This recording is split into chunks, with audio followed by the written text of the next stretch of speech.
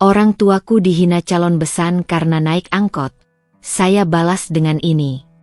Assalamualaikum warahmatullahi wabarakatuh. Apa kabar teman semua?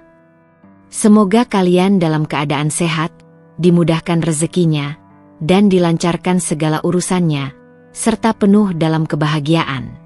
Sebelum masuk ke cerita jangan lupa bantu like, komen, dan subscribe ya. Langit Jakarta pagi itu terlihat bersih, seolah ikut merestui semua rencana yang tengah disusun. Namun di rumah sederhana keluarga Raka di pinggiran kota, suasana hati tak secerah langit. Cici, putri sematawayang Pak dan Bu Raka, duduk termenung di ruang tamu. Di pangkuannya, undangan pernikahan yang baru dicetak malam sebelumnya masih utuh, belum satu pun dibuka dari plastiknya. Hatinya tak sepenuhnya tenang. Cici mengusap lembut permukaan undangan itu, kertas tebal dengan aksen embos emas, tertera nama lengkapnya dan nama calon suaminya, Rudi Setiawan. Di mata orang lain, Rudi adalah pasangan ideal. Tampan, mapan, lulusan luar negeri, dan kini menjabat sebagai kepala divisi marketing di sebuah perusahaan besar. Gaya hidupnya mencerminkan generasi urban kelas menengah atas. Ia selalu berkata bahwa momen sekali seumur hidup harus dirayakan secara luar biasa, mewah, dan tak boleh setengah-setengah. Cici mengerti niat Rudi. Tapi ia juga tahu, kemewahan bukan jaminan kebahagiaan. Aku tuh pengin pesta yang hangat, yah, yang tamu-tamunya bisa ketawa bareng, ngobrol tanpa sungkan, makan sambil duduk lesehan. Bukan yang semua orang sibuk pamer dress dan sibuk cari spot foto terbaik. Keluhnya pada ayahnya semalam, saat mereka duduk berdua di beranda sambil menyeruput teh. Pak Raka, pria parubaya dengan rambut sebagian memutih, hanya tersenyum. Yang penting kamu tahu kamu nikah buat apa, nak, bukan buat siapa. Kata-kata itu terus terngiang di telinga Cici pagi ini. Dari dapur terdengar suara sendok beradu dengan piring. Bu Raka sedang memasak sarapan sambil sesekali bersenandung lagu lama kesukaannya. Seperti biasa, rumah itu terasa hidup walau hanya dihuni 3 orang. Kehangatan yang sulit ditemukan di rumah-rumah megah dengan pelayan dan asisten rumah tangga. Tiba-tiba, suara motor berhenti di depan pagar. Cici bangkit, melihat keluar jendela. Seorang kurir datang membawa tumpukan besar undangan. Sudah pasti milik Rudi. Ia memang memesan undangan versi eksklusif dengan desain khusus, yang kabarnya akan dikirim ke tokoh publik, influencer, hingga kolega bisnis yang bahkan Cici belum pernah kenal. Kamu mau bantu ibu masukkan nama-nama ke dalam undangan, Ci? Tanya Bu Raka sambil membawa sepiring nasi uduk dan telur balado. Cici mengangguk lemah, lalu duduk di lantai ruang tamu, mulai memilah undangan. Nama-nama yang sudah disusun dalam Excel di laptopnya kini harus ditulis tangan di atas amplop. Saat ia menulis nama satu persatu, Cici tiba-tiba merasa asing dengan semua ini. Seolah ia sedang menyiapkan acara orang lain. Sementara itu, di sisi lain rumah, Pak Raka membuka lemari kayu tuanya dan mengeluarkan map biru tua yang sudah agak kusam. Ia membuka lembaran-lembaran lama, slip gaji, kwitansi sekolah Cici sejak SD hingga kuliah, surat-surat cicilan rumah. Semua itu adalah rekam jejak perjalanan hidup mereka, sederhana tapi penuh perjuangan. Bu, panggil Pak Raka dengan suara pelan. Aku pengin kita ke acara nikahan Cici nanti naik angkot aja. Bu Raka yang sedang mengiris timun menoleh dengan kaget. Naik angkot? Emang kamu nggak salah dengar waktu dia bilang gedungnya di Hotel Bintang 5? Nanti malu, Pak. Pak Raka tersenyum kecil. Justru itu, Bu. Kita kasih pesan. Biar nggak semua orang terlena sama pesta besar. Biar anak kita lihat bahwa yang datang dengan kesederhanaan pun bisa membawa kebanggaan. Bu Raka tak langsung menjawab. Ia hanya menatap suaminya lama, lalu melanjutkan mengiris timun dengan hati-hati. Dalam hati, ia mulai paham, ini bukan tentang ongkos, bukan juga tentang gengsi. Ini tentang memberi pelajaran diam-diam. Tentang menunjukkan bahwa dalam hidup, nilai bukan datang dari apa yang tampak, tapi dari niat dan makna. Sore harinya, Cici bertemu Rudy di sebuah kafe di pusat kota. Rudy, dengan kemeja slim fit dan jam tangan mewah, terlihat sangat sibuk mengatur vendor-vendor yang akan menangani acara mereka. Ia menunjuk-nunjuk layar ponsel, memamerkan dekorasi yang katanya bakal bikin semua tamu terkagum-kagum. Jadi, kita bakal ada photobooth 360 derajat, tamunya masuk lewat terowongan LED, terus ada video sinematik yang diputar di awal acara. Pokoknya klasi banget. Ci, ini bukan nikahan biasa. Cici tersenyum, tapi matanya sayu. Dan ada sesi keluarga juga, kan? Aku pengin ayah sama ibu bisa duduk di depan. Rudy meliriknya sekilas. Iya, nanti aku atur. Tapi keluarga kamu jangan naik motor ya, atau jalan kaki. Bisa rusak suasana. Nanti biar aku kirim mobil jemput. Cici terdiam. Di balik senyum tipisnya, hatinya mulai merasakan jarak. Bukan jarak fisik, tapi jarak pemahaman. Rudy mempersiapkan pernikahan ini layaknya pertunjukan. Ia ingin semua mata tertuju, semua orang terkesan. Sementara Cici hanya ingin merayakan hari penting dalam hidupnya bersama orang-orang yang ia cintai, dengan tulus, tanpa topeng. Ia tak tahu apakah rencana ayah dan ibunya untuk naik angkot akan menjadi masalah besar atau justru pengingat yang mendalam. Tapi satu hal pasti, ada sesuatu yang sedang bergerak di balik layar. Sebuah pesan sederhana yang tak terucap. Dan ketika hari itu tiba, ketika semua lampu sorot menyala dan musik mengalun megah, ada dua sosok tua yang akan melangkah pelan dari dalam angkot, membawa pesan paling jujur dalam pesta yang penuh pencitraan. Dan Cici akan berada tepat di tengah-tengahnya. Di antara cinta dan kenyataan, di antara kesederhanaan dan kemewahan, di antara dua dunia yang sebentar lagi akan bertabrakan di pelaminannya sendiri. Jangan lupa, bunga meja harus import, ya. Jangan kasih saya bunga lokal yang baunya kayak rumah sakit, ucap Bu Mira sambil menunjuk layar tablet yang dipegang oleh wedding organizer. Suaranya lantang, nadanya memerintah, membuat seluruh ruangan hotel terasa seperti medan rapat direksi. Bu Mira, ibu dari Rudy, duduk di sofa lobi hotel bintang 5 dengan penampilan yang mencolok. Gaun batik modern berwarna marun, kalung mutiara besar, serta sepatu berhak tinggi yang entah bagaimana bisa tetap nyaman ia pakai selama 3 jam terakhir. Di sampingnya, 3 kertas besar berisi sketsa dekorasi dan daftar tamu undangan VIP berserakan di meja. Beberapa nama bertanda khusus, pejabat, kolega bisnis sang suami, dan kenalan penting di kalangan sosialita Jakarta. Kalau perlu, lempar undangan ke influencer juga. Biar ada yang liput. Nikahan Rudy ini harus masuk media. Jangan sampai kayak pesta kampung. Lanjutnya sambil melirik sekilas ke arah Rudy yang sejak tadi hanya mengangguk-angguk pelan. Rudy mengusap pelipisnya. Ia tahu benar, ketika ibunya sudah turun tangan, semua akan berubah menjadi urusan gengsi dan status sosial. Ia tidak berani menyela, apalagi membantah. Meski sekarang ia sudah jadi kepala divisi dan hidup mandiri, di depan ibunya, Rudy tetaplah seorang anak yang harus taat. Rudy, kamu udah pikirkan belum? Keluarga Cici itu akan datang naik apa? Jangan sampai nanti pas tamu VIP dateng, kita keduluan disalamin sama orang-orang pakai sandal jepit. Sindir Bu Mira sambil menyeruput jus jeruknya. Kamu tahu sendiri, ya, saya nggak ada masalah sama Cici. Anak itu manis. Tapi latar belakang keluarganya, ya, kamu ngerti sendiri, lah, tidak sepadan. Rudy terdiam. Hatinya bergejolak.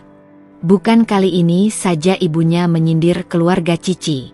Sejak awal hubungan mereka, Bu Mira sudah menunjukkan sikap dingin. Ia tak hadir di acara lamaran. Alasannya, sedang ada pertemuan penting.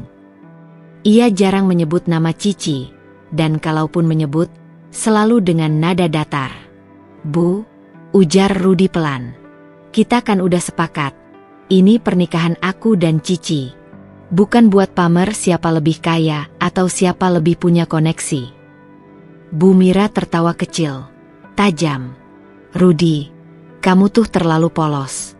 Nikah itu bukan cuma soal cinta. Ini menyatukan dua keluarga. Reputasi keluarga kamu itu hasil kerja keras ayah kamu puluhan tahun. Jangan sampai runtuh hanya karena kamu salah pilih menantu." Ucapan itu menancap seperti duri di dada Rudi. Sore harinya, Rudi mengajak Cici bertemu di taman kota, tempat mereka sering duduk dan mengobrol saat masih kuliah. Rudi tampak resah, berjalan mondar-mandir sebelum akhirnya duduk di sebelah Cici yang sedang menikmati es krim jagung kesukaannya. "Cici," katanya membuka pembicaraan. "Aku pengin ngomong jujur." Cici menoleh, matanya lembut seperti biasa. "Ngomong aja, aku dengerin." Rudi menarik napas panjang. "Ibu, dia masih belum bisa sepenuhnya nerima kamu. Bukan karena kamu, tapi keluargamu. Dia takut nanti jadi bahan omongan kalau besan kita enggak setara. Dia takut kelihatan turun kasta." Untuk sesaat, Cici hanya diam. Tidak marah, tidak terkejut. Ia hanya menatap langit yang mulai berubah jingga. Angin sore mengusap pelan rambutnya. "Aku sudah tahu," katanya tenang. Dari cara dia bicara waktu fitting kebaya, dari tatapannya ke ibu dan ayah pas kita kumpul keluarga, aku bisa rasa semuanya. Rudi menunduk. "Maaf ya, Ci. Aku nggak tahu harus gimana." Cici tersenyum. "Kamu nggak perlu minta maaf atas sikap orang lain, Rudi. Aku nikah sama kamu, bukan sama gengsi keluargamu. Dan aku bangga jadi anak Pak Raka dan Bu Raka, meskipun kita nggak punya harta atau koneksi." Rudi merasa seperti ditampar. Sederhana, tapi menyadarkan. Di rumah keluarga Cici malam itu, suasana tetap hangat meski banyak cerita tak terucap. Pak Raka sedang memperbaiki kancing bajunya yang copot. Bu Raka menyetrika kerudung yang akan ia pakai nanti di hari pernikahan anaknya. Tak ada rencana beli baju baru. Mereka tak merasa perlu berpura-pura menjadi orang lain. "Tamu-tamu di sana pasti orang hebat-hebat ya, Pak," ujar Bu Raka pelan. "Apa kita pantas datang?" Pak Raka hanya tersenyum. "Bukan soal pantas atau enggak. Kita diundang karena kita orang tuanya Cici. Dan aku yakin, anak kita lebih butuh kehadiran kita daripada penampilan kita." "Terus, soal naik angkot itu, kamu yakin?" tanya Bu Raka lagi, kini ragu. Pak Raka menoleh, menggenggam tangan istrinya. "Yakin. Ini cara kita memberi pesan. Bahwa orang tua tak harus tampil hebat, cukup hadir sepenuh hati." Dan ketika malam semakin larut, sebuah keputusan kecil namun penuh makna sudah diambil. Dua dunia memang sedang berjalan menuju pertemuan besar. Dunia yang dibangun dari kemewahan dan gengsi, dan dunia yang lahir dari kesederhanaan dan harga diri. Cici tahu, badai mungkin akan datang. Tapi ia juga tahu, pondasi yang dibangun dengan cinta dan ketulusan akan tetap berdiri, meski diterjang ombak sebesar apapun. Dan mungkin kelak, pesta itu bukan hanya jadi hari pernikahannya, tapi hari di mana banyak topeng perlahan runtuh, dan kebenaran akhirnya bersinar. Pagi itu, langit begitu cerah, seolah ikut merayakan sebuah awal baru. Sebuah ballroom hotel megah di pusat kota Jakarta telah disulap menjadi taman elegan bernuansa putih emas, dengan bunga-bunga mawar Belanda menggantung dari langit-langit seperti hujan kemewahan. Karpet merah terbentang dari pintu masuk hingga pelaminan, menyambut tamu-tamu penting yang datang satu persatu dengan mobil mewah dan supir berseragam. Dari luar, pesta itu sempurna. Para undangan berseliweran dengan gaun-gaun desainer dan jas custom made. Kamera para fotografer sibuk menangkap momen glamor dari setiap sudut ruangan. Hidangan berkelas dari chef internasional sudah siap disajikan. Di sisi kiri pelaminan, meja khusus tamu VIP telah terisi nama-nama besar, anggota dewan, direktur perusahaan ternama, hingga selebriti yang dikenal dekat dengan keluarga Bu Mira. Di balik meja penerima tamu, wedding organizer sibuk mengatur kedatangan. Para usher sudah diarahkan untuk memastikan bahwa setiap tamu penting mendapat sambutan istimewa. Dan Bu Mira, dengan kebaya brokat berlapis pait emas dan perhiasan mencolok di lehernya, berdiri dengan bangga di dekat pintu masuk utama. Seperti nyonya rumah istana. Kamu lihat itu? Menteri Sosial datang. Loh, untung kita undang. Gumamnya ke salah satu sahabatnya. Ini baru pernikahan berkelas. Semoga saja, besan kita tidak bikin malu hari ini. Belum selesai kalimat itu meluncur dari bibirnya, sebuah angkot berwarna biru berhenti di depan hotel. Beberapa tamu yang hendak turun dari mobil mewah langsung menoleh. Petugas hotel tampak bingung sejenak. Tak biasanya kendaraan umum berhenti di zona eksklusif semacam ini. Dari dalam angkot, turunlah sepasang suami istri yang sudah sepuh. Sang pria mengenakan jas abu-abu tua yang sudah disetrika rapi, sementara istrinya memakai kebaya krem polos dan kerudung putih sederhana. Tidak ada tas tangan bermerek, tidak ada sepatu berhak tinggi. Hanya sepasang sandal kulit bersih dan langkah yang pasti. Pak dan Bu Raka berdiri sebentar di depan hotel. Menatap gedung megah di hadapan mereka dengan senyum tenang, lalu saling menatap satu sama lain. Tidak ada rasa minder, tidak ada getar takut. Mereka melangkah masuk.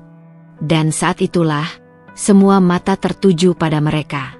Para tamu mulai saling berbisik. Siapa itu? Oh, itu orang tuanya Cici, ya. Mereka datang naik angkot. Ya ampun, gak tahu malu atau terlalu pede, sih. Bu Mira melihatnya. Matanya menyipit, bibirnya mengerucut kecil, tanda tak suka.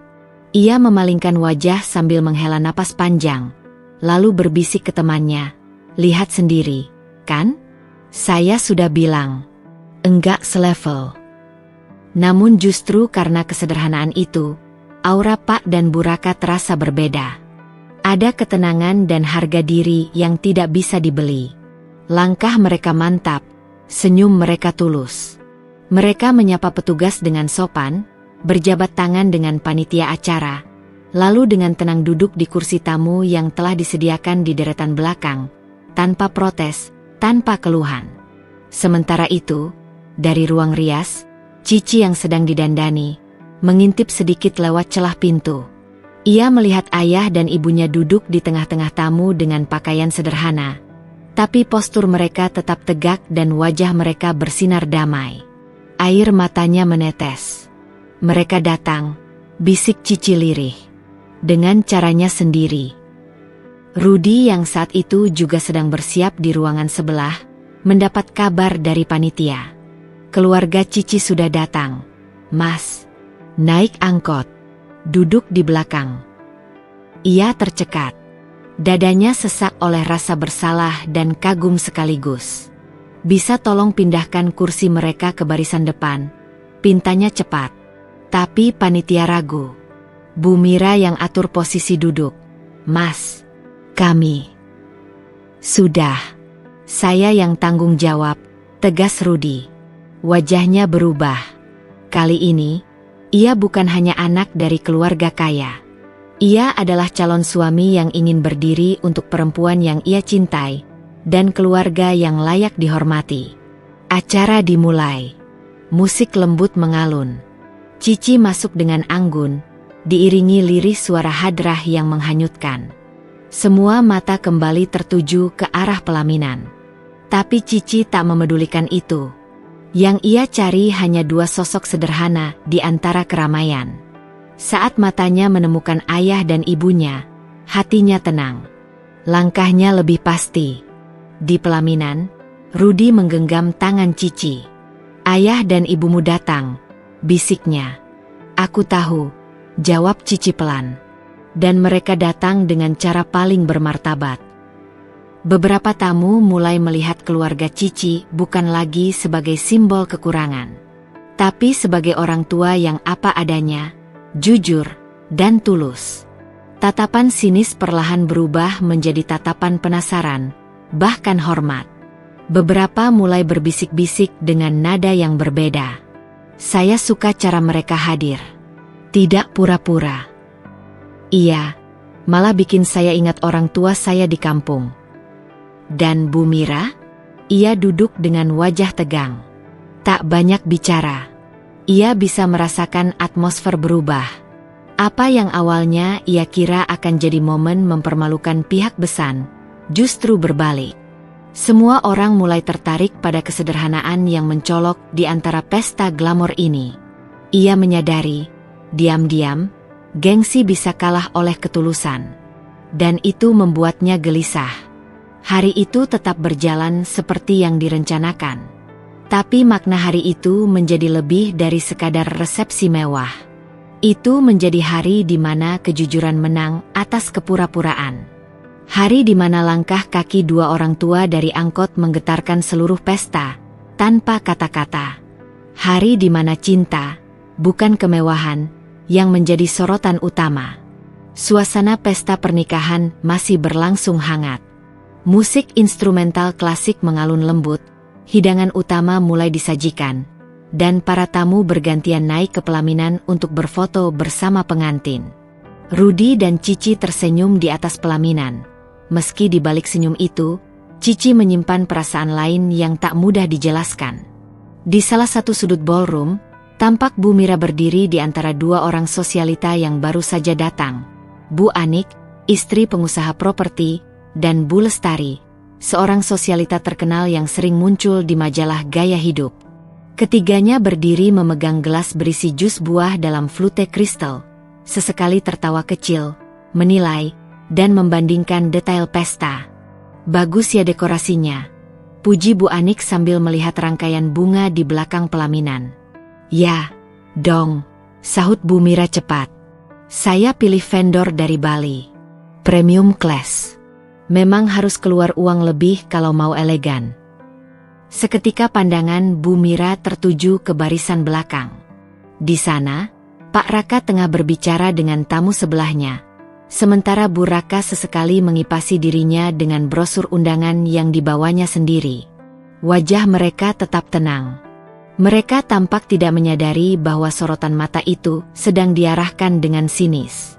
Bu Mira menyipitkan mata. Ia mendekat kedua temannya dan menunduk sedikit, lalu membisik, namun dengan volume yang cukup terdengar oleh beberapa tamu di dekat mereka. Lihat, itu orang tua pengantin wanita, yang pakai jas tua dan kebaya krem polos. Mereka datang naik angkot. Ia mengerucutkan bibirnya dan menggoyangkan kepalanya pelan. Astaga, memalukan sekali. Bu Anik dan Bu Lestari saling menoleh. Wajah mereka sempat ragu, seolah hendak menanggapi dengan sopan. Tapi Bu Mira sudah lebih dulu tertawa pelan. Padahal anaknya sekarang istri Rudi. Loh, masa nggak bisa sewa mobil sedikit? Lanjutnya, masih dengan nada sindiran manis yang menusuk. Saya sih malu. Tapi ya, orang beda-beda. Ya, ada yang memang nggak ngerti etika. Ucapan itu perlahan menyebar seperti racun. Tamu-tamu yang mendengarnya mulai membicarakan hal serupa dengan gaya bisik-bisik. Ada yang melihat ke belakang sambil tertawa kecil. Ada pula yang mengangguk setuju, meskipun sebelumnya mereka tak mempermasalahkan apa-apa. Cici, yang sedang berdiri di pelaminan, melihat semuanya. Dari jarak sekian meter, ia bisa membaca gerak bibir ibunya mertua. Ia tahu persis arah pembicaraan itu. Ia tahu nada itu. Ia kenal baik bahasa tubuh yang menyebarkan malu. Ia lihat ibunya, Bu Raka, mengelap peluh di dahinya sambil tersenyum kepada orang di sebelah, tak menyadari bahwa dirinya tengah menjadi bahan sindiran. Cici menunduk perlahan. Dadanya terasa sesak. Senyumnya goyah. Tangannya menggenggam bunga lebih erat, menahan perasaan yang tak bisa dibendung. Ia tak bisa menghentikan tamu-tamu yang berbisik. Ia tak bisa menyuruh ibunya kembali ke rumah hanya untuk menyelamatkan wajah pesta mewah yang bahkan tak ia impikan. Tapi yang paling membuat hatinya terasa tercabik adalah kenyataan bahwa semua ini dilakukan oleh ibu dari lelaki yang ia cintai. Ia melirik Rudy yang sedang menyalami kerabatnya. Sejenak, Cici berharap Rudy mendengar semua itu.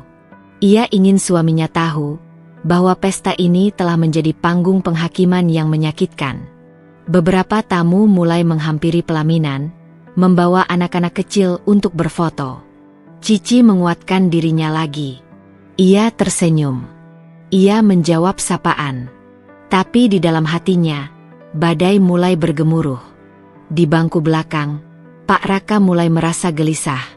"Bu, kamu dengar tadi?" bisiknya pada istrinya. "Kayak ada yang ngomongin kita." Bu Raka hanya mengangguk pelan. "Dengar. Tapi kita di sini buat Cici. Biarin saja orang mau ngomong apa." Pak Raka menatap istrinya. Ada ketegaran yang tidak bisa diukur oleh kekayaan dalam dirinya. Tapi tetap saja, sebagai kepala keluarga, ia merasa terluka. Bukan karena disindir, tapi karena ia datang dengan niat tulus.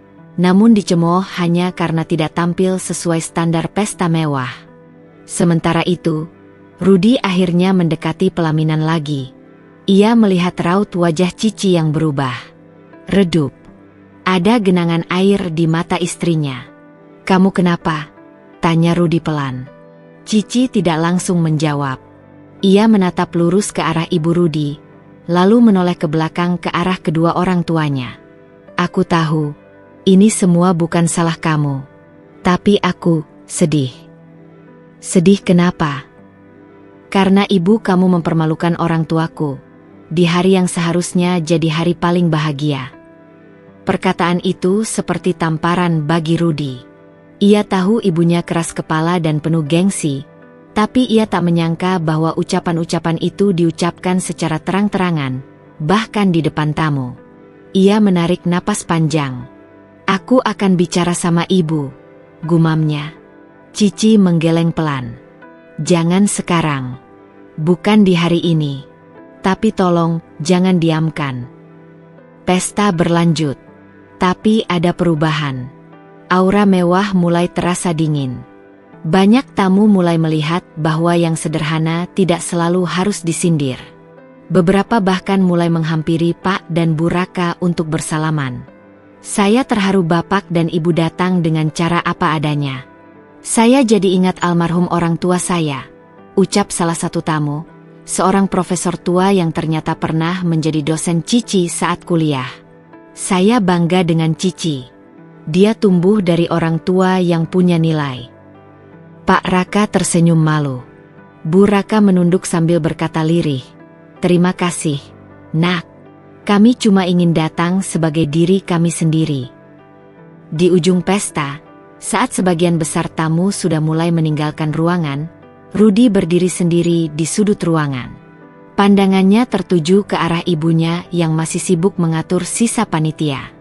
Ia tahu, cepat atau lambat, ia harus memilih, mempertahankan gengsi ibunya atau memperjuangkan martabat istrinya.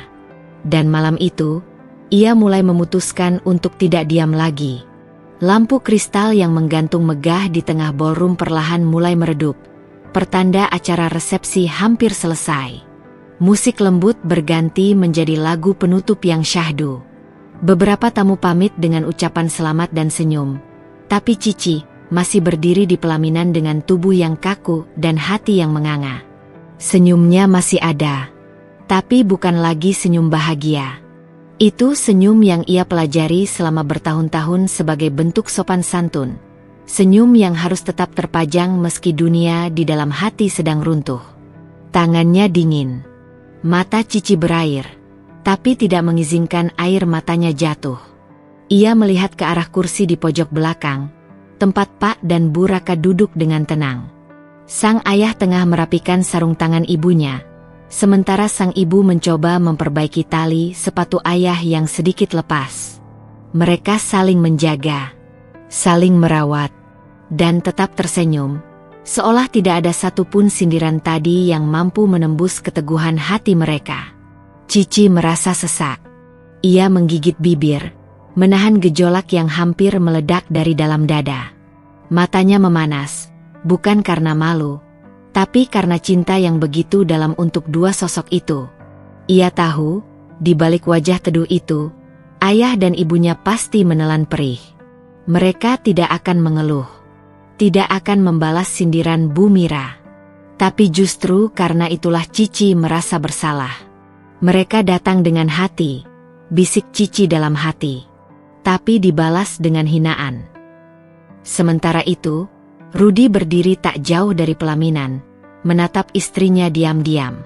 Ia menyadari ada yang berubah. Ada sesuatu yang tidak ia pahami sepenuhnya, hingga hari ini.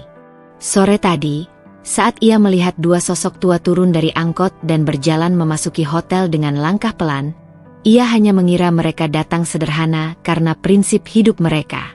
Tapi setelah melihat wajah Cici hari ini, senyum yang tak pernah benar-benar menyentuh matanya, Rudi sadar, istrinya sedang menahan luka.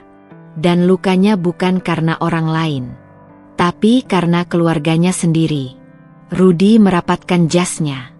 Ia menatap ibunya yang masih duduk dengan beberapa sosialita, tertawa seperti tidak ada yang terjadi.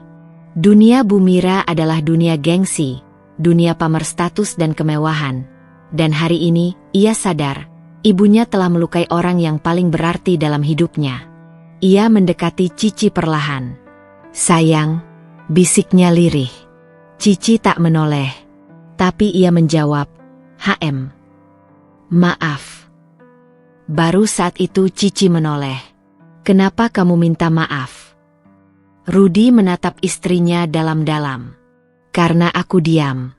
Karena aku biarkan semua ini terjadi."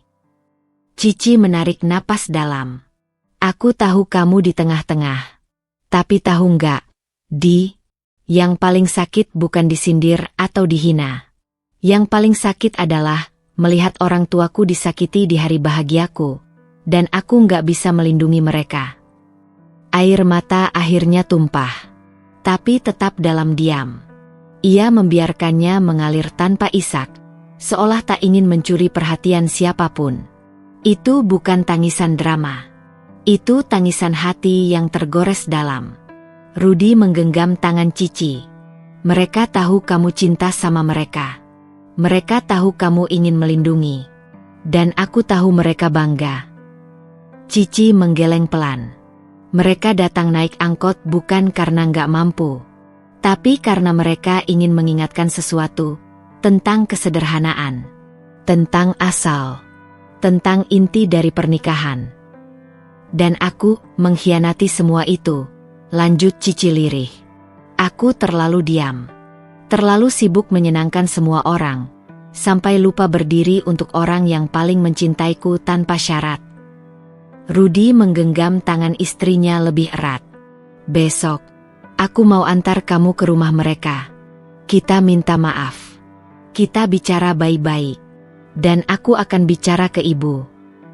Cici tersenyum kecil. "Kamu yakin?" "Aku harus yakin. Karena ini hidup kita, bukan pameran untuk menyenangkan siapa-siapa."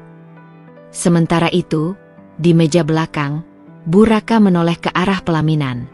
Ia melihat anaknya menangis, meski tak seorang pun menyadarinya selain dirinya. Ia menatap suaminya, lalu berbisik pelan, "Kita sudah lakukan bagian kita, Pak." Pak Raka mengangguk pelan. "Iya, kita cuma ingin Cici ingat dari mana dia berasal." "Kamu nggak menyesal datang naik angkot?" tanya Bu Raka, setengah bercanda. Pak Raka tertawa kecil. "Naik mobil mewah atau angkot, kita tetap orang tuanya Cici. Dan hari ini, aku tahu dia mengerti maksud kita." "Lihat air matanya." "Air mata yang jujur," jawab Bu Raka pelan, "yang datang dari hati yang tersadar." Dan malam itu, saat semua tamu pulang, saat gaun pengantin sudah dilepas, dan ruang pesta kembali sunyi, Cici berdiri di balkon kamar hotel tempat mereka menginap. Rudy memeluknya dari belakang, menyandarkan dagu di bahu istrinya. "Terima kasih sudah jadi bagian dari hidupku," bisik Rudy. "Terima kasih juga, karena akhirnya kamu lihat semuanya dengan mata hatimu," jawab Cici. Dan di antara malam yang sunyi, di bawah langit kota yang gemerlap, dua hati itu mulai menyusun kembali makna tentang pernikahan. Bukan sebagai puncak pesta, tapi sebagai permulaan dari perjuangan yang lebih jujur dan penuh kesadaran. Pukul 11 malam. Udara masih hangat, tapi sunyi. Tidak ada dentuman musik, tidak ada keramaian tamu, tidak ada sorak-sorai. Yang ada hanya suara detik jam tua di dinding rumah Pak dan Bu Raka, berdetak pelan mengisi kesunyian. Cici duduk di lantai ruang tengah, bersandar di kaki ibunya seperti anak kecil yang baru pulang dari hari pertama sekolah. Gaun pengantin sudah diganti dengan gamis santai berwarna coklat susu. Wajahnya bersih dari riasan. Tapi matanya masih sembab. Pak Raka duduk di sofa. Tangan kanan memegang cangkir teh. Tangan kiri sesekali mengelus punggung istrinya yang kini duduk tenang. Sesekali membelai rambut anak semata wayangnya. Tidak ada kata selama beberapa menit. Hanya diam. Tapi dalam diam itu, ada rasa hangat yang merambat di dada. Cici menarik napas panjang. Lalu, akhirnya ia bersuara, pelan dan nyaris bergetar. "Maaf." Seketika itu juga, Bu Raka mengusap kepala anaknya lembut. "Kenapa minta maaf, Nak?" "Karena aku diam waktu kalian dihina. Karena aku cuma bisa berdiri tanpa bisa membela.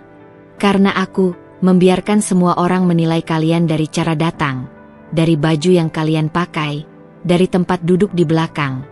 Aku gagal jadi anak yang bisa jaga martabat orang tuanya." Bu Raka menarik Cici ke pelukannya. "Kamu nggak gagal, Cici. Kamu nggak pernah gagal." Pak Raka mengangguk pelan, lalu bersuara dengan tenang namun penuh makna. "Kami memang sengaja naik angkot, Ci. Biar semua tahu, kebahagiaan itu bukan soal pamer harta. Bukan soal datang dengan mobil, bukan soal duduk di barisan depan." Cici menatap ayahnya dengan mata berkaca-kaca. "Tapi kenapa, ya? Kenapa nggak bilang sebelumnya? Aku bisa bantu cari mobil sewaan. Atau setidaknya kalian bisa duduk lebih dekat. Aku bisa pastikan kalian nggak disudutkan begitu." Pak Raka menatap anaknya dalam-dalam. "Karena kami ingin menyampaikan sesuatu. Bukan ke orang lain, tapi ke kamu." Cici terdiam. "Ke aku?" Bu Raka tersenyum sambil membelai pipi anaknya. "Kami ingin kamu selalu ingat bahwa kamu lahir dari keluarga sederhana. Kamu tumbuh dari tangan yang penuh peluh dan pelajaran hidup. Kami ingin kamu berdiri di pelaminan itu bukan hanya sebagai pengantin, tapi sebagai anak dari kami, yang tahu caranya menghargai diri, bukan memuaskan pandangan orang. Kalau kita ikut aturan gengsi mereka," lanjut Pak Raka, "kita cuma akan ikut arus yang gak ada ujungnya. Hari ini naik mobil, besok harus mobil yang lebih besar. Hari ini baju pesta, besok harus perhiasan berlian. Hidup jadi perlombaan pamer." Cici mulai menangis. Tangis yang akhirnya dibiarkan tumpah tanpa ditahan-tahan lagi. "Aku takut mereka merendahkan kalian. Yah, aku takut mereka berpikir aku dari keluarga yang gak pantas." Pak Raka tersenyum. Kali ini lebih tenang dan penuh wibawa. "Biarkan mereka berpikir begitu. Kita nggak bisa mengontrol mulut orang, Ci. Tapi kita bisa pilih, apakah kita mau hidup dengan harga diri, atau dengan topeng." Cici menunduk, lalu mencium tangan ayahnya. "Aku bangga jadi anak kalian." Bu Raka memeluk Cici erat. "Dan kami juga bangga punya anak seperti kamu. Kamu sudah cukup. Bahkan terlalu kuat. Kami bisa rasakan betapa kamu menahan banyak luka hari ini." Malam semakin larut. Tapi rumah kecil itu dipenuhi cahaya yang tak terlihat mata. Cahaya cinta yang tidak tergantung pada pesta besar atau mobil mewah, tapi pada pelukan hangat, kalimat jujur, dan keberanian untuk tetap menjadi diri sendiri. Rudy datang sejam kemudian, mengenakan kaos polos dan celana jeans. Ia mengetuk pelan pintu, lalu masuk dengan langkah hati-hati. Saat melihat Cici tengah duduk di pangkuan ibunya, ia berhenti di ambang pintu, tak ingin mengganggu. "Pak, Bu," ucapnya lirih. "Saya minta maaf." Pak Raka bangkit, menghampiri, lalu menepuk bahu Rudy. "Kami sudah tahu, Nak. Gak usah terlalu keras menyalahkan diri." "Tapi saya diam, Pak. Saya biarkan ibu bicara sesuka hati. Mempermalukan kalian, mempermalukan istri saya." Bu Raka ikut berdiri, mendekati Rudy. "Kalau kamu benar-benar ingin jadi bagian dari keluarga ini, bukan dengan uang atau pesta mewah, tapi dengan hati yang jujur dan keberanian untuk membela kebenaran. Itu yang lebih mahal dari apapun." Rudy mengangguk. Ia menatap Cici, lalu berkata, "Aku janji, Ci. Aku akan bicara pada ibu. Aku akan jaga kamu. Dan aku akan belajar jadi manusia yang lebih rendah hati, seperti ayah dan ibu kamu." Cici tersenyum, meski air matanya belum sepenuhnya berhenti. Di ruang kecil itu, tanpa dekorasi pesta, tanpa gaun putih dan kilauan lampu, pernikahan mereka terasa jauh lebih sah. Karena disitulah kebenaran mulai hidup. Kebenaran yang selama ini tersimpan di balik gengsi, diam, dan luka. Kebenaran yang akhirnya menemukan suaranya. Dan malam itu, Cici sadar, ia tak kehilangan martabat. Ia justru menemukannya kembali, dalam pelukan dua orang tua sederhana yang menyayanginya tanpa syarat. Sinar pagi merayap masuk lewat jendela kamar pengantin baru itu, menyingkap tirai tipis yang bergelombang pelan tertiup angin. Di sudut kamar, Rudy duduk di tepi tempat tidur, menatap tangan yang menggenggam erat ponsel. Di hadapannya, Cici berdiri, menatapnya dengan mata penuh harap dan lembut. "Aku mau bicara, Ci." Suara Rudy serak, hampir tak terdengar, namun cukup untuk menarik perhatian Cici. Cici mengangguk perlahan, duduk di sampingnya, mengambil tangan Rudy dalam genggamannya. "Aku dengar, Ruth." Rudy menarik napas panjang. Ia mencoba merangkai kata, meredam perasaan yang selama ini terpendam jauh di dasar hati. "Selama ini aku merasa terjebak, Ci. Terjebak di antara apa yang ibuku inginkan dan apa yang aku rasa benar." Cici tetap diam, membiarkan Rudy melanjutkan tanpa interupsi. "Ibu selalu bilang, pernikahan ini harus sempurna. Harus mewah, harus ada tamu VIP, harus ada semua yang terbaik. Karena menurutnya, itu menunjukkan status, menunjukkan kalau aku bisa membawa perempuan yang setara." Rudy tertawa pahit, lalu menunduk.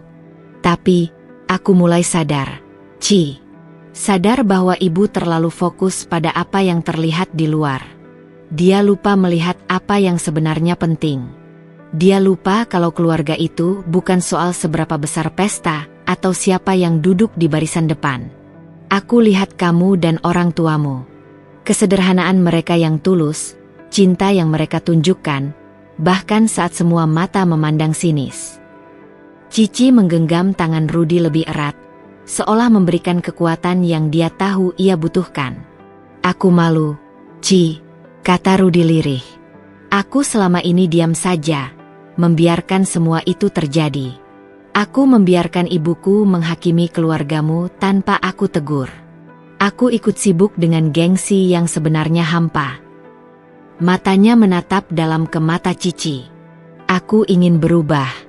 Aku ingin jadi suami yang bukan hanya bisa memuaskan mata orang, tapi yang benar-benar mengerti arti keluarga, arti cinta, arti kebahagiaan." Cici tersenyum, senyum yang penuh arti dan kelegaan. "Aku tahu, Ruth. Aku percaya kamu bisa. Kamu sudah mulai membuka mata. Itu yang terpenting." Rudy menarik napas lega, lalu menggenggam wajah Cici dengan lembut.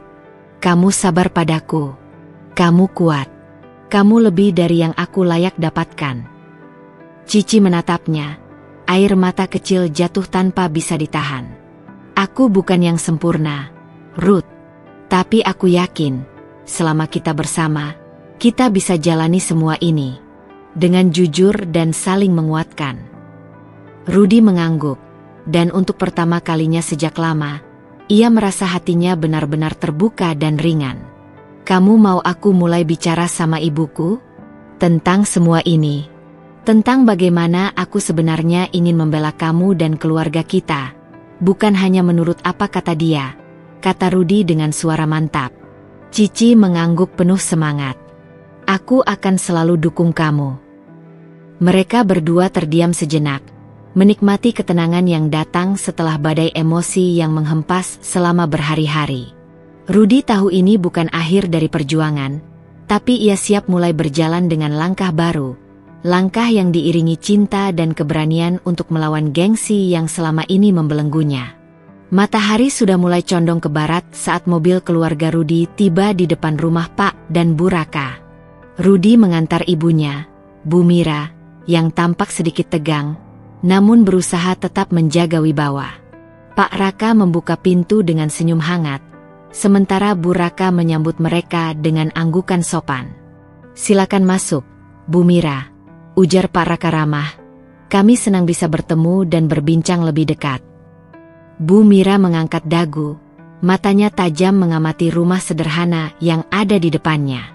Terlihat pagar yang biasa, halaman kecil yang terawat sederhana, dan ket tembok yang mulai memudar. Sekilas, rumah itu tampak seperti rumah kebanyakan di perumahan biasa, jauh dari kemewahan yang biasa ia ekspektasikan. Namun, begitu melangkah melewati ruang tamu, Bu Mira dibuat terdiam. Di belakang ruang tamu yang sederhana itu, pintu besar terbuka menuju sebuah ruangan yang tidak biasa. Sebuah kantor modern dengan rak-rak penuh berkas, komputer berteknologi tinggi, dan layar monitor yang menampilkan grafik dan data berwarna-warni. Pak Raka tersenyum. Ini pusat bisnis kami, Bu Mira. Kami menjalankan usaha ekspor digital. Berbagai produk lokal kami pasarkan ke luar negeri melalui platform digital. Meskipun rumah ini terlihat sederhana, tapi pekerjaan kami sudah menembus pasar dunia. Bu Mira menatap ruang kantor itu dengan pandangan campur aduk, antara kagum, kaget, dan mungkin sedikit malu. Bu Raka melangkah mendekat, suara lembutnya meruntuhkan keraguan. Kami memang memilih hidup sederhana, tapi bukan berarti kami tidak maju. Kami lebih memilih hasil kerja keras dan jujur daripada kemewahan yang dipaksakan. Pak Raka menambahkan, terkadang yang penting bukan apa yang terlihat di luar, tapi apa yang kita bangun dengan tekad dan kesungguhan. Bu Mira memalingkan wajah, menarik napas panjang, lalu menatap kedua orang tua itu dengan mata yang mulai melembut. Saya tidak menyangka.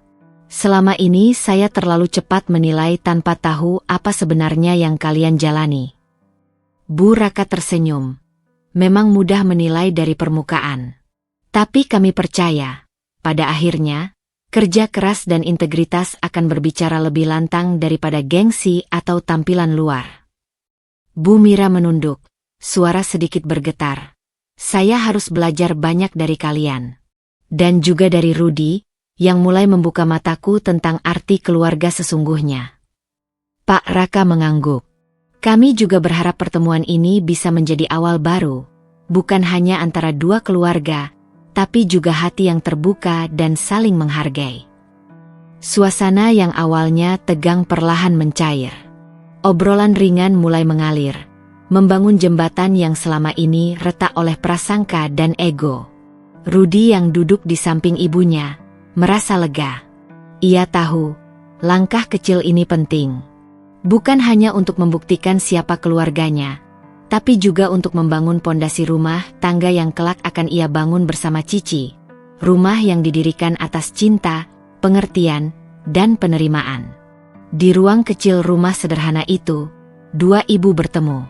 Dua dunia yang berbeda mulai menemukan titik temu, bukan karena kemewahan, tapi karena kejujuran dan rasa hormat.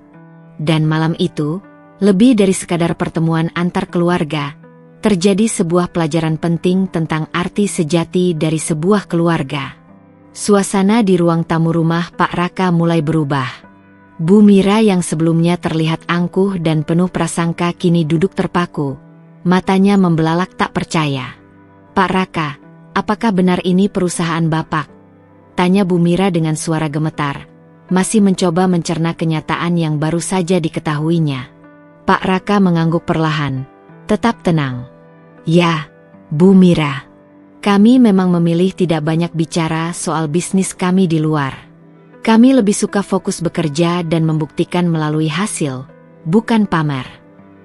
Bu Mira menarik napas panjang. Dadanya sesak seperti menahan gelombang emosi yang membuncah. Selama ini, ia telah membiarkan ego dan gengsi menutupi mata dan hatinya. Kini, kenyataan yang tersaji begitu jelas membuatnya tersentak. "Perusahaan ini lebih besar dari perusahaan suami saya." Bu Mira hampir tidak percaya. Selama ini ia selalu merasa superior, bahwa keluarganya berada di posisi yang lebih tinggi. Pak Raka tersenyum kecil.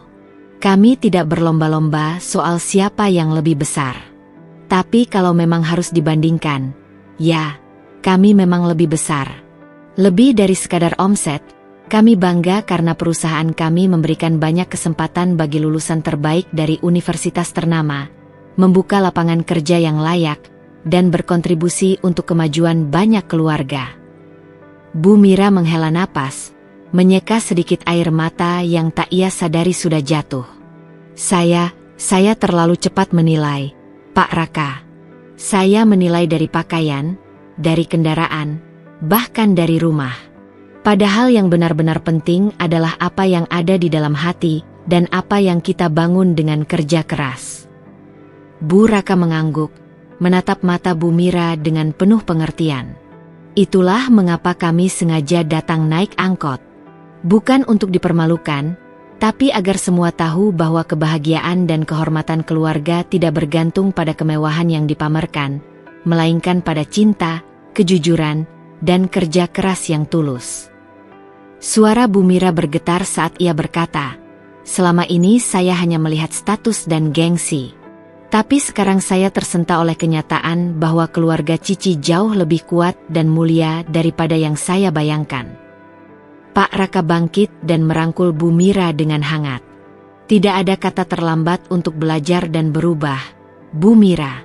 Semoga pertemuan ini menjadi awal yang baik untuk kita semua." Rudi yang menyaksikan semua itu merasakan beban berat di dadanya mulai terangkat. Ia tahu, pertemuan ini bukan hanya tentang membuktikan siapa yang lebih hebat, tapi tentang mengikis prasangka dan membuka pintu pengertian. Cici yang berdiri di sisi lain ruangan, menahan haru, merasa bangga sekaligus lega. Ia tahu bahwa perjalanan mereka masih panjang, tapi malam itu adalah titik awal yang indah, di mana dua keluarga yang berbeda mulai belajar untuk saling menerima dan menghormati. Malam semakin larut, namun suasana di ruang tamu rumah Pak dan Bu Raka tetap hangat dan penuh keheningan yang syarat makna. Setelah beberapa menit hening yang terasa berat, Bu Mira akhirnya mengangkat kepala, menatap Pak Raka dan Bu Raka dengan mata yang mulai berkaca-kaca. Saya ingin meminta maaf," suaranya bergetar pelan, "atas semua prasangka dan sikap saya selama ini. Saya malu, Pak, Bu, karena saya menilai keluarga kalian dari hal-hal yang seharusnya tidak penting. Saya terlalu sibuk dengan gengsi, hingga lupa esensi yang sesungguhnya." Pak Raka menatap Bu Mira dengan senyum bijak yang penuh ketulusan. "Kami tidak marah, Bu Mira. Kami mengerti. Kadang, memang sulit untuk melepaskan prasangka yang sudah lama melekat. Yang kami inginkan hanya satu, agar anak-anak kami tahu bahwa cinta dan keluarga itu jauh lebih besar daripada kendaraan yang dinaiki atau seberapa megah pesta yang diadakan." Bu Raka menambahkan, "Yang terpenting bukanlah penampilan di luar, tapi bagaimana kita saling mendukung dan memahami satu sama lain. Itu yang akan membuat sebuah keluarga menjadi kuat." Air mata mengalir perlahan di pipi Bu Mira. Ia merasa terbebani oleh semua kesalahpahaman yang selama ini membayangi hatinya. Kini, rasa penyesalan itu mengalir begitu deras, seperti hujan yang membersihkan segala debu dan kotoran dari jiwanya. Saya terlalu cepat menilai, terlalu memegang gengsi, katanya lirih. Padahal Rudy dan Cici sudah menunjukkan betapa kuatnya cinta mereka. Dan kalian, Pak dan Bu Raka, telah mengajarkan saya pelajaran berharga. Saya berjanji akan mencoba berubah. Tidak hanya demi keluarga, tapi juga demi Rudy dan Cici. Rudy yang sejak tadi diam, melangkah maju dan menggenggam tangan ibunya. Ibu, terima kasih.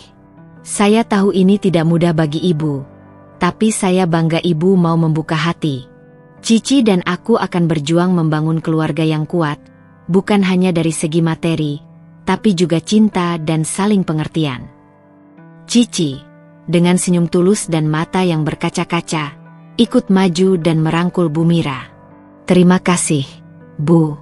Saya tahu ini bukan hal mudah, tapi saya percaya keluarga besar kita akan menjadi lebih baik karena niat baik dan saling menerima. Malam itu, di bawah cahaya lampu yang redup, dua ibu yang semula berseteru kini duduk bersama. Hati mereka mulai menyatu dalam pengertian yang baru. Permintaan maaf yang tulus membuka jalan bagi hubungan yang lebih hangat dan penuh kasih. Pak Raka pun menutup pertemuan dengan sebuah kata-kata yang sederhana namun dalam. Keluarga bukan tentang kemewahan atau gengsi. Keluarga adalah tempat kita belajar untuk mencintai dan menerima, walau dengan segala kekurangan dan perbedaan. Hati semua yang hadir malam itu merasakan kelegaan dan harapan. Bahwa dari sebuah kesalahpahaman dan prasangka, lahir sebuah babak baru yang penuh dengan pengertian dan cinta.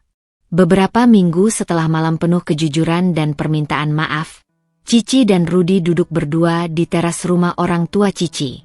Angin sore berhembus lembut, membawa aroma bunga melati yang tumbuh di pekarangan kecil itu.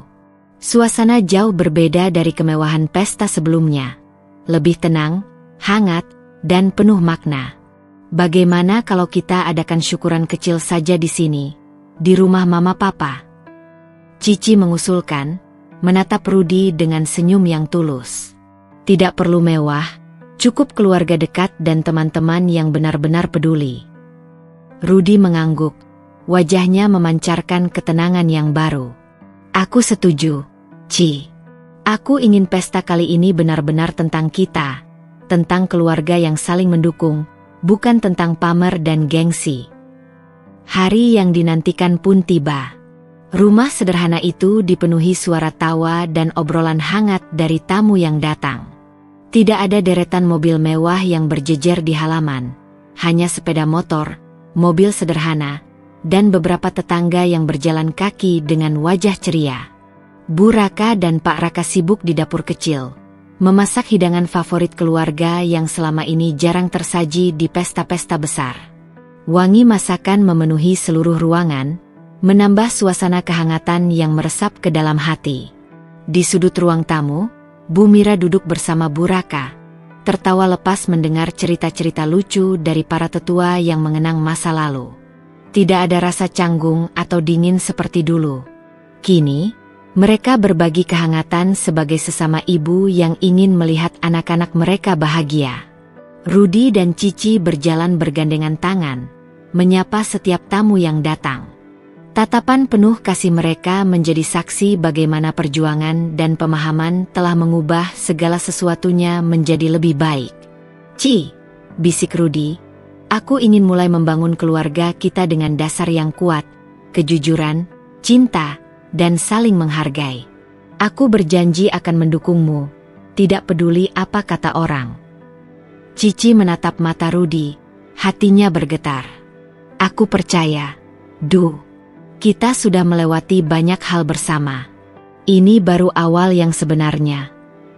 Ketika malam menjelang, lilin-lilin kecil dinyalakan mengelilingi halaman rumah, menciptakan cahaya hangat yang memantul di wajah-wajah yang tersenyum. Musik akustik mengalun lembut, mengiringi suara tawa dan percakapan yang mengalir begitu alami. Di tengah kebersamaan itu, Cici merasa betapa sederhana dan tulusnya kebahagiaan yang selama ini ia cari. Bukan dari kemewahan atau pengakuan orang lain, melainkan dari hati yang bersih dan keluarga yang saling mencintai tanpa syarat.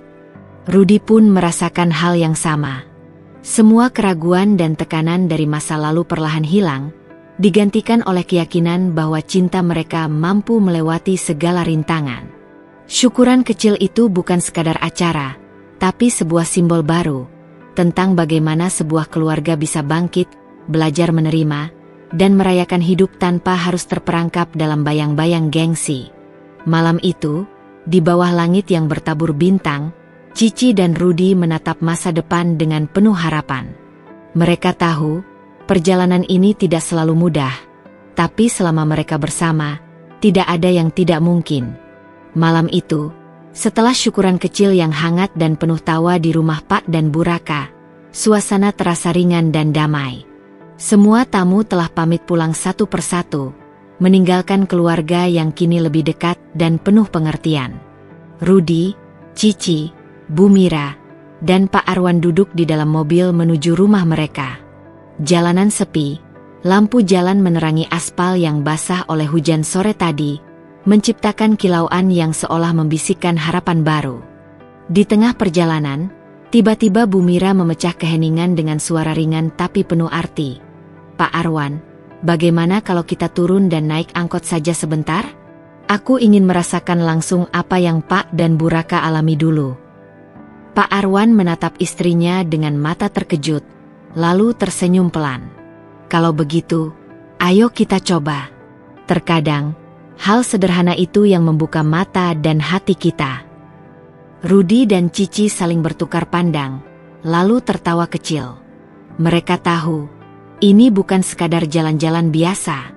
Ini adalah momen penting, simbol perjalanan baru yang tidak lagi dibangun di atas gengsi, tapi atas rasa hormat dan pengertian.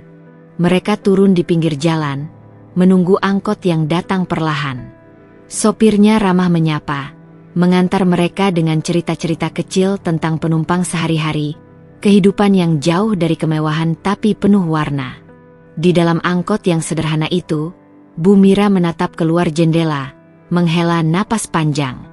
"Dulu aku terlalu cepat menilai, terlalu terpaku pada apa yang tampak di luar. Tapi malam ini, aku belajar bahwa harga diri dan cinta sejati bukan soal kemewahan." Pak Arwan mengangguk. Benar, kebahagiaan bukan terletak pada status atau harta, tapi pada ketulusan dan bagaimana kita memperlakukan satu sama lain. Rudy menggenggam tangan Cici erat-erat. "Aku bersyukur kita melewati semua ini bersama. Syukur keluarga kita sudah lebih paham arti sebenarnya dari kebersamaan." Cici tersenyum, matanya berkilau oleh haru. Angkot kecil ini, sederhana dan biasa saja, tapi malam ini mengajarkan kita sesuatu yang luar biasa. Bahwa dalam kesederhanaan, kita menemukan kekuatan dan keindahan yang sejati. Ketika angkot melaju pelan meninggalkan kota yang mulai terlelap, mereka semua merasa ringan dan penuh harapan. Perjalanan ini bukan hanya tentang rute yang dilalui, tapi tentang perjalanan hati yang kini mengerti arti cinta, keluarga, dan penghormatan tanpa syarat. Malam itu, dalam kesederhanaan dan kehangatan sebuah angkot, terukir kisah baru yang akan terus dikenang.